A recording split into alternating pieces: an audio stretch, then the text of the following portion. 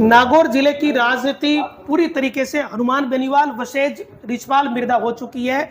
जिले की स्थिति यह है कि 10 सीटों पर बाकी नेता छोटे पड़ चुके हैं। इसके पीछे की वजह यह है कि पिछले 4-5 दिनों से जो राजनीतिक बयानबाजी नागौर जिले में चल रही है उसमें 2 ही लोग चर्चा में बने हुए हैं। पहले व्यक्ति है रिछपाल सिंह मिर्धा और दूसरे हैं हनुमान बेनीवाल। आज हमारे साथ रिछपाल सिंह मिर्धा है। इन सारी चीज़ों को लेकर बातचीत करते हैं क्योंकि कई दिन हो गए चल रही है बयानबाजी। मिर्धा जी, इस तरह की नौबत क्यों आई कि आपको ये कहना पड़ा कि 2-4 दिन ज्योति मिर्धा के लिए जाना पड़ सकता है? मैं ये हनुमान बेनीवाल चुनाव सामने लड़ रही थी ना, उसकी वजह से मैंने ये कहा है। और जो मैंने आपको अभी और बताया था, आपके चैनल पे भी यही कहा है कि जो हनुमान बेनीवाल को हराने में सक्षम उम्मीदवार होगा, चाहे कांग्रेस का है चाहे बीजेपी का है, मैं उसका सपोर्ट करूँगा। पर अब मेरे को लगता है कि भाई ज्योति मिर्धा का अभी वो पार्टी उसको नहीं उतारेगी मैदान में, और उतारती है तो वही बात है। मेरे तो हनुमान बेनीवाल का विरोध करूंगा। इसको हराने के लिए जितनी ताकत लगा सकता हूं, मेरे पास जितनी ताकत है, मेरे लोग मेरे साथ हैं, उनको मैं कहूँगा कि इसको हराओ।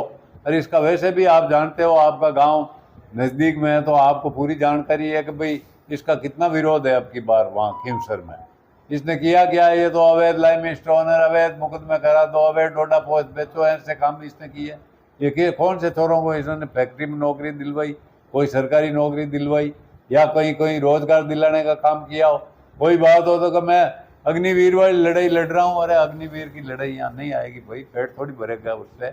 राजस्थान के किसान के लिए क्या किया, नागौर के किसान के लिए क्या किया, नागौर के जाटों के लिए क्या किया, और राजस्थान के जाटों के लिए क्या किया? आप हुंकार तो भरते हो कैसा, मेरे से बड़ा कोई जाटों का लेता नहीं है। और जाट के सामने जाट को लड़ाने का काम किया, जाट राजनीति को कमजोर करने का काम किया। और आप किसकी गोदी में खेल रहे हो? पूरे सब लोग जानते हैं किसकी गोदी में खेल रहे हो आप। इसलिए मैं उसका विरोध करूंगा, चाहे मेरे को ये चाहे जैसा नुकसान कर दे, मैं वो भुगतने के लिए तैयार। मिर्धा जी, एक बात बड़ी नोटिस करने वाली है कि हनुमान बेनीवाल खींवसर से विधायक बने, उसके बाद गठबंधन हो गया और सांसद बन गए। लेकिन ये तो 4.5 साल का 5 साल का पीरियड है, इस दौरान किसी भी नेता ने नागौर जिले के, चाहे कांग्रेस का हो या बीजेपी का हो, कभी ये नहीं कहा कि हनुमान बेनीवाल ने विकास करवाया या नहीं करवाया। विशेषकर उनके खिलाफ बोलने में लोग हिचकिचाते हैं, आम पब्लिक तो क्या नेता भी हिचकिचाते हैं। तो आपने ये मोर्चा जो संभालने की क्या वजह रही? इस तरह की इतनी परिस्थितियां कैसे खराब हुई?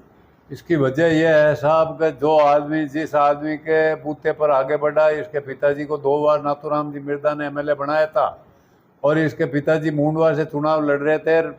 मेरे गांव में मैंने प्राइमरी स्कूल में हरेंद्र मिर्धा इनके पिताजी के सामने उम्मीदवार थे, और हमने पेटियां बाहर फेंक दी मेरे पर। वो मुकदमा हुआ और 10 साल वो मुकदमा कोर्ट में चला। मैंने उसकी पेशियों पे जाके एक ढेला इन्होंने दिया नहीं। इसके पिताजी का, रामदेव जी बेनीवाल के साथ, मैं रामदेव जी बेनीवाल के साथ था। नाथूराम जी मिर्धा उनको एमएलए बनाने के लिए तैयार थे, उन्होंने वो गांव में लाए थे और उनके पीछे हम थे। तो वो जहाँ रामदेव जी जाते थे हम उनके साथ जाते थे, और हम चुनाव में उनके मर्दानगी से लगे रहते थे। तो चुनाव में क्या हुआ, जीत हुई थी? वो जीते थे, 2 चुनाव जीते थे। फिर ये खींवसर विधानसभा बन गया, तो फिर ये 3 बार ये एमएलए बन गए, 1 बार एमपी। फिर भैरव सिंह जी नेता प्रतिपक्ष थे, उस समय इनके मुकदमा हुआ था, तो मेयर सांवरलाल जी गए थे, डीजी थे। आज वो भी नहीं है, सांवरलाल जी भी इस दुनिया में नहीं है, शांतनु कुमार जी नहीं है, और यही गहलोत साहब चीफ मिनिस्टर थे। तो 173 में पेंडिंग करके इन महाशय का नाम निकलवा के आए थे। उसकी बदौलत ये चुनाव लड़ने काबिल हुए, और सिर्फ भैरव सिंह जी इनको चुनाव लड़ाना था, ये कारण था। पर अब जब ये इतने ऊंचे बन गए कि साहब मैं तो तेजा जी से बड़ा हो गया यार, ये वो मेरे घर आया यार, वो मेरे घर आया यार, किसी को ये यार आप कहते हो ना इनके सामने बोलने का कोई क्यों नहीं हिम्मत करता? अब देखो साहब, चुनाव लड़ने वाला आदमी देखता रहा, अपने सामने कोई खड़ा कर देगा, अपन क्यों इससे दुश्मनी लें? ये राजनीतिक डर होता है। ये राजनीतिक डर है। मेरे को डर नहीं है, चाहे मेरे विजयपाल चुनाव लड़ेगा, कोई भी नतीजा आ जाए, मैं कहता हूँ ये खुद खड़ा हो जाए और मेरे को पार्टी परमिशन दे दे, तू कैंसर से इसके सामने खड़ा हो जाए, तो मैं ताल ठोक सकता हूँ इसके सामने। तैयार हूँ मैं, आज मजबूती के साथ आज भी तैयार हूँ इसके सामने खड़ा होने के लिए। पर मैं इसलिए नहीं कह रहा हूँ कि मेरे को एक परिवार में 2 टिकट देंगे, नहीं। मेरा विजयपाल चुनाव लड़ रहा है तो मेरे को टिकट देने का सवाल ही नहीं। पर मैं अगर पार्टी मेरे को टिकट दे तो मैं इसको चित नहीं लिया हूँ, तो मैं नागौर जिले की जनता के सामने मेरा सर मुंडा तो बड़ा मतलब एकदम सीधा सपाट मामला हो गया आपके सीधा तो। सपाट।